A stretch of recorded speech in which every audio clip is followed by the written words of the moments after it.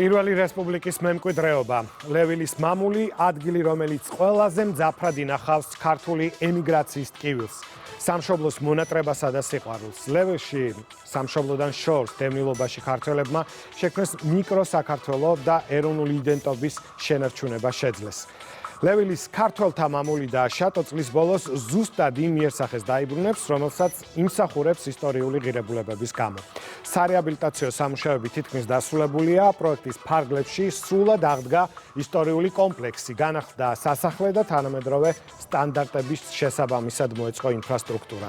რეაბილიტაციის პროცესმა ლევილის მამულს ახალი სიცოცხლე შესძინა და იგი კულტურულ საგანმანათლებლო სივრცედ აქცია, რომელიც მომავალში ქართულ-ფრანგული ურთიერთობების მნიშვნელოვან ცენტრად ჩამოყალიბდება. მთავარი კი მუზეუმია, რომელიც სასახლეში მოეწყობა და ევროპის შუაგულში გააცნობს სტუმრებს საქართველოს პირველი რესპუბლიკის ისტორიას. ვნახოთ რა ხდება ამ დროისთვის ლევილში. მარია მოშნელისა და გიორგი რომანაძის ექსკლუზიური რეპორტაჟი.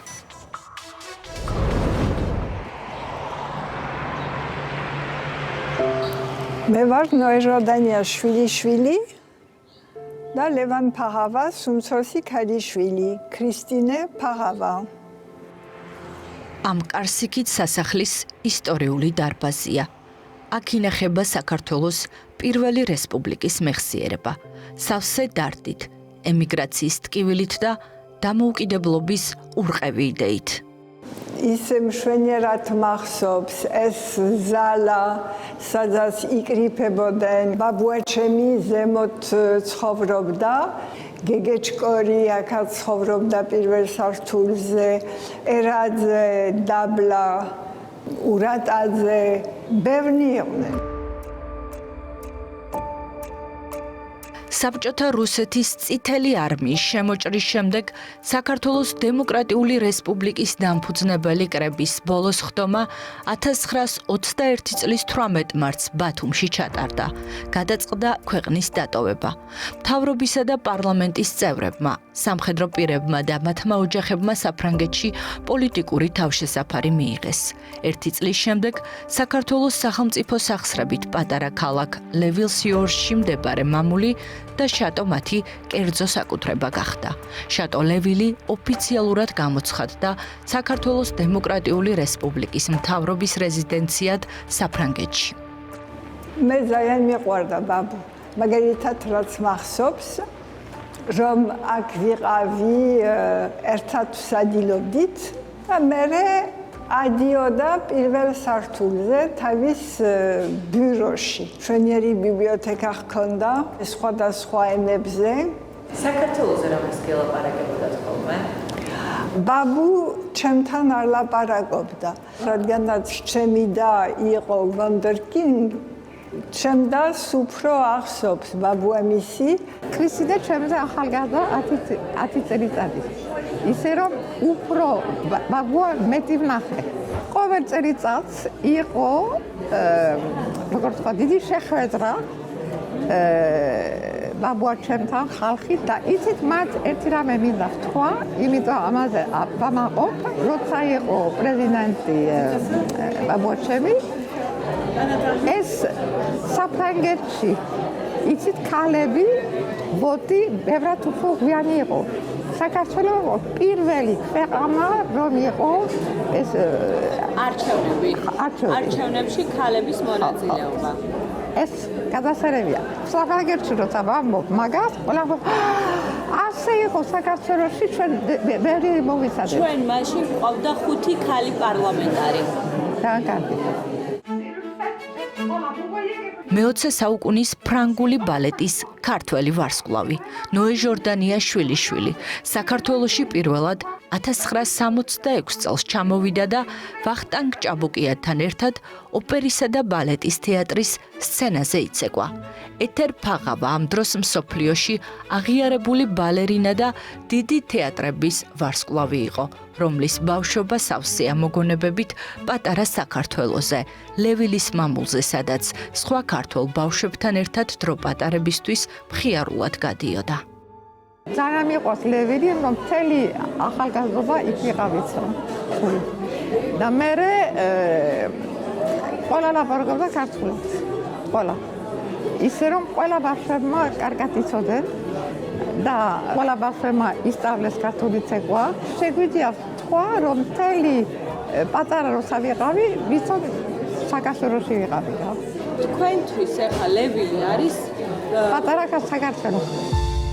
პატარა საქართველოში ახლა დიდი ამბები ტრიალებს. ლევილის შატოსა და მამულის რეაბილიტაცია დასკვნით ფაზაშია.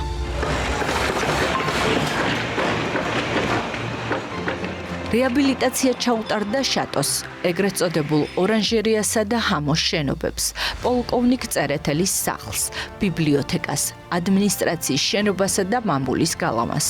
ახლა აქტიურად მიმდინარეობს მამულის პარკის ინფრასტრუქტურის მოწყობა და ელექტრომომარაგების პროექტის განხორციელება. ეგრე სიყვარულით უნდა აკეთოთ საქმეში. აზბესტი გატანილია უკვე. გამწვანებას ვასწრებთ.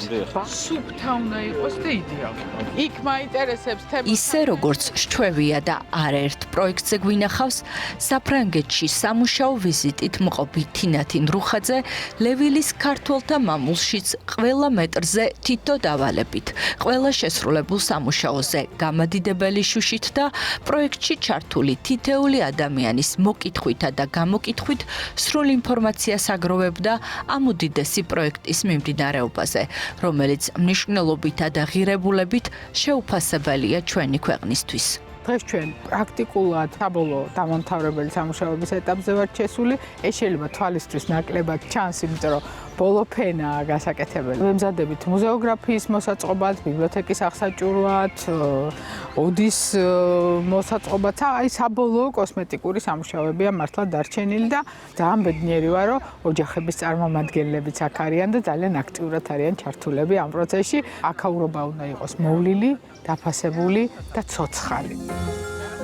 ლევილის ქართველთა მამულში განხორციელებულ და მიმდინარე სამუშაოებს მინისტრთან ერთად საქართველოს საგანგებო და სრულუფლებიანი ელჩი საფრანგეთში, იუნესკოში საქართველოს მუდმივი წარმომადგენელი ირაკლი ყურაშვილიც გაეცნო. ლევილის ქართველთა მამულს დღესაც უდიდესი მნიშვნელობა აქვს, როგორც ორი ქვეყნის ისტორიული და კულტურული ურთიერთობებისთვის, ასევე ლევილს იორჟისთვის, რადგან ამ ქალაქში მალე ამოქმედდება საზოგადოებისთვის ხელმისაწვდომი კულტურულ საგანმანათლებლო ღონისძიებების კერა. ლევილის შატოს რეაბილიტაცია ქალაქისთვის ძალიან მნიშვნელოვანი მოვლენაა. გვიხარია, რომ ეს პროცესი ასე აქტიურად მიმდინარეობს, იმიტომ რომ ხედავდით, შატო როგორი დაზიანებული იყო. ახლა კი ვხედავთ საქართველოს მთავრობის მიერ გაწეულ დიდ ძალისხმევას მისი რეაბილიტაციისთვის. საქართველოს ხელისუფლება ჩვენს მუნიციპალიტეტსაც უთმობს ხოლმე მამულის სივრცეს ღონისძიებებისთვის. ლევილი ძალიან დიდი მნიშვნელობის მატარებელია და კულტურული თვალსაზრისით ის იქნება საშუალება, რომ საქართველო უფრო მეტად გაიცნონ ევროპაში. ეს არის ის ადგილი, სადაც ერთმანეთს ეკვეთება ქართულ-ფრანგული ურთიერთობების ჩასახვა, ასე ვთქვათ. და დღევანდელი ეს ქართულ-ფრანგული მეგობრობის სიმბოლოც დავარქმევდი ამას მე. და ერთვის მხრივ ეს არის მოგონება ჩვენი ტრაგიკული დღეების და თან იმედს გვაძლევს მომავალზე. ამიტომ ესე რომ ვთქვათ, ბევრ სენტიმენტს იწვევს. ამიტომ ძალიან მნიშვნელოვანია, რომ დღეს სახელმწიფო ჩვენი მთავრობა გამოყო თანხები, იხარჯება ეს თანხები იმისათვის, რომ შესაბამისი რეაბილიტაცია მოხდეს ამ მამულის და ეს ქართველთა მამული იყოს ყველას სახლი. ლევილის ქართველთა მამულის სრული რეაბილიტაცია მიმდინარე წლის ბოლომდე დასრულდება. აქ უკვე გაშენდა ვენახი ქართული ჯიშებით. დასასრულს უახლოვდება ტრადიციული ქართული ოდისა და სამზარეულო შენობის მოწყობა, სადაც ქართული რესტორანი განთავსდება. ხელოვანთა ატელიეები, საფეხმავლო ბილიკები, შიდა კეთილმოწყობილი გზები, ავტოსადგომები. ლევილი ახალ სიცოცხლეს ძველის უცვლელად შენარჩუნებით და თანამედროვეობაში აუცილებლად საჭირო ინფრასტრუქტურით იწყებს. დღეს მაგალითად იუნესკოს ხელმძღვანელთანაც გენერალ დირექტორთან ვისაუბრეთ, რომ ლევილში შეიძლება მრავალფეროვანი სხვადასხვა ართ-რეზიდენციები გაიმართოს და ეს ყველა სივრცე მოხმარდება ზუსტად იმას, რომ საქართველოს კულტურა და ქართული ისტორია და ჩვენი ქვეყანა წარმოაჩინოს აქ შუაგულ ევროპაში. დამოუკიდებელი საქართველოს პირველი რესპუბლიკის ცოცხალი ხელშესახები მემორიალური ადგილი. დამოუკიდებელი საქართველოს დამფუძნებლების დანატოვარი ქართველებისთვის. ანდერს ჩიხომ სწორედ ასე ჩაწერეს.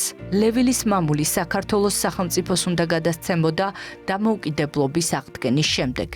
კიდევ რამდენი რამის თქმა შეიძლება, რამდენ საამაყო ფურცელს იტევს საქართველოს უახლესი ისტორია და როგორი საამაყოა თავად იმ ადამიანების მსოფლ მხედველობა, რომლებმაც 108 წლის წინ ერთ-ერთი ყველაზე მნიშვნელოვანი, ფუნდამენტური და პროგრესული დოკუმენტი საქართველოს დამოუკიდებლობის აქტი შექმნეს.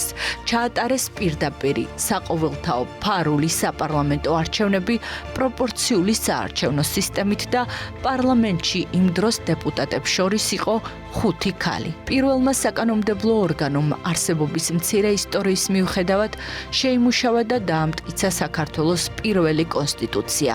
დამოუკიდებელი საქართველოს დამფუძნებლების ისტორიას ახლა დეტალურად მოყვება მუზეუმი, რომელიც სასახლეში განთავსდება. ძირითადი შინაარსის გამსაზღვრელი ძალა მაინც ეროვნული მუზეუმის ძალაა და ძალიან დიდი იმედი მაქვს, რომ ეროვნული მუზეუმი ამ პროექტის მუზეოგრაფიასაც ისე გააკეთებს, როგორც სხვა მუზეუმებს საქართველოში, რომელსაც მთელი მსოფლიოს აღიარება აქვს. რეაბილიტაციის პროცესი სრულდება და ჩემი აზრით ამ სივრცის მთავარი მიზანი იქნება საქართველოს წარსულის გაცნობა ფრანგებისთვის და იმ ისტორიკოსებისთვის, რომლებიც საქართველოს შესწავლით არიან დაკავებულები. პირველი რესპუბლიკის მემორიალურ ცენტრს ლევილის აკადემიას ასევე ექნება კულტურული განზომილება, რომ აქ მოხდეს ქართველი და ფრანგი ახალგაზრდების შეხვედრა და კულტურების დიალოგი.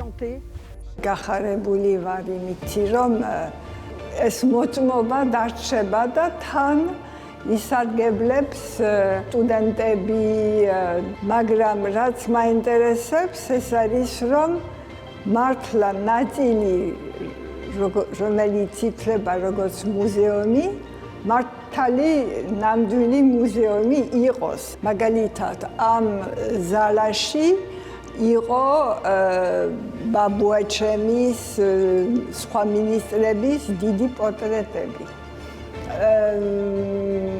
ესე იგი, მაინც რომ ვინმე პირველად რომ მოდის აქ, რომ იგრძნონ რას წარმოადგენდა ეს ადგილი, როდესაც საქართველო დაყოფილი იყო.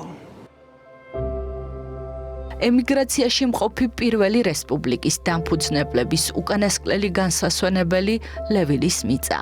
მათი პორტრეტები კი მალე ისევ დაბრუნდება შატოში. ისევე როგორც მათ ისტორიას სამუდამოდ შეინახავს პირველი რესპუბლიკის ისტორიულ-კულტურული ფრანგულ-ქართული მემორიალური ცენტრი, ლევილის ქართული აკადემია და ეს იქნება ღირსეული წარსულის ღირსეულად შენარჩუნებული იერსახე ევროპის შუაგულში.